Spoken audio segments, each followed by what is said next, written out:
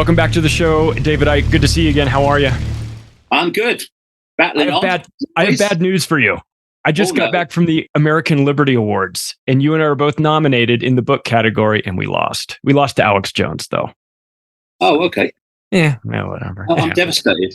I know. I can see. I can see it in your face. It was just fun to go and check all that out. So I'll tell you, it's been a wild couple of weeks here in the States. Well, it's been a hot summer. We've had a lot of weather related issues. And now what has jumped onto the radar recently has been the devastating fires in Maui. I was just there just a couple months ago. Maui's my favorite place on earth. I have it in my will that my ashes are to be scattered off the coast of Lahaina. I'm not kidding.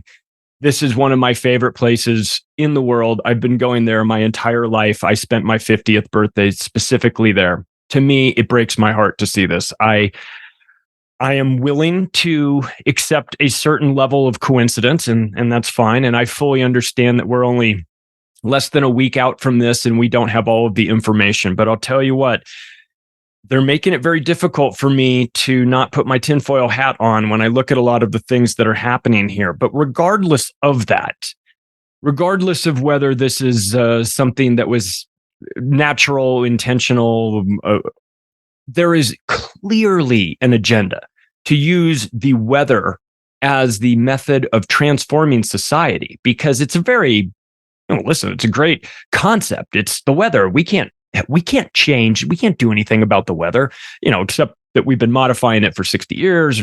Forget about that. But theoretically, right, it's just nature. We can't blame nature. It's like a virus, right, that comes out of nowhere and is going to kill everyone. Another invisible killer, right, that's being used to transform society, remove our rights, take away our liberties, and then give them back to us in the form of something very different. And I start to have fears about climate terrorism because we see this agenda playing out. Obviously, it's not just Maui, Canada, Greece, all over the place. Things are happening this summer. I remember summer. I've lived through plenty of summers.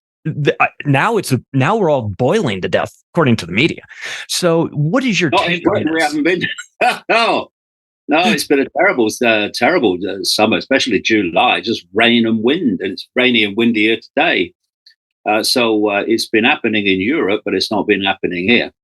Well, according to the news, though, they changed the colors of the maps to show it. It used to just be green. The color, the temperatures are behind you, and it used to be kind of green or maybe darkish green. Or now it's bright red and purple. It's very scary, David. We're all going to die. I feel like we're all going to spontaneously combust. They want us to have anxiety about the weather. They want us to be fearful, and they want us to outsource that solution to them. I get a very problem reaction solution feeling from this. Am I wrong about that, or what?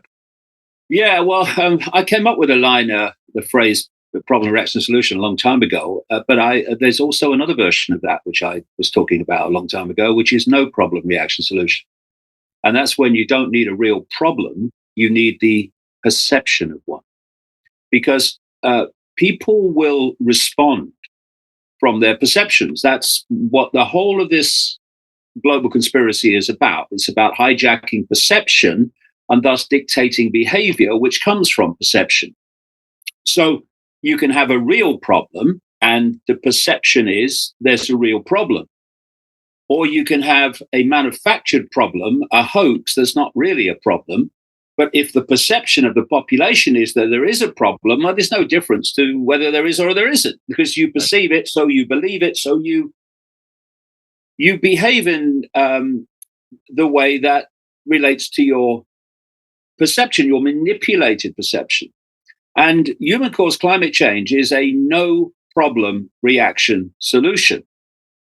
They are manufactured it. They do it in many and various ways. They have technology now which can manipulate the weather in a very, very advanced way. You rightly say they've been doing it for decades and decades, but it's got more and more sophisticated, especially the manipulation of the jet stream, for instance. So if you manipulate the jet stream, which basically brings the weather from the west into Britain and Europe, then you are going to change the weather in Europe. And we've had a summer in Europe where it's been hot. They talk about record temperatures, but then you say, okay, so where did you take this record temperature? Do you know last year we had the record temperature in Britain? Oh my God! It was the highest temperature ever in Britain. And they put the sensor next to the runway at RAF Coningsby while jets were taking off, pouring fire out of the back of the engines. Yeah. And it was a certain temperature. And then suddenly, for a very short time, just a matter of really seconds, it went up.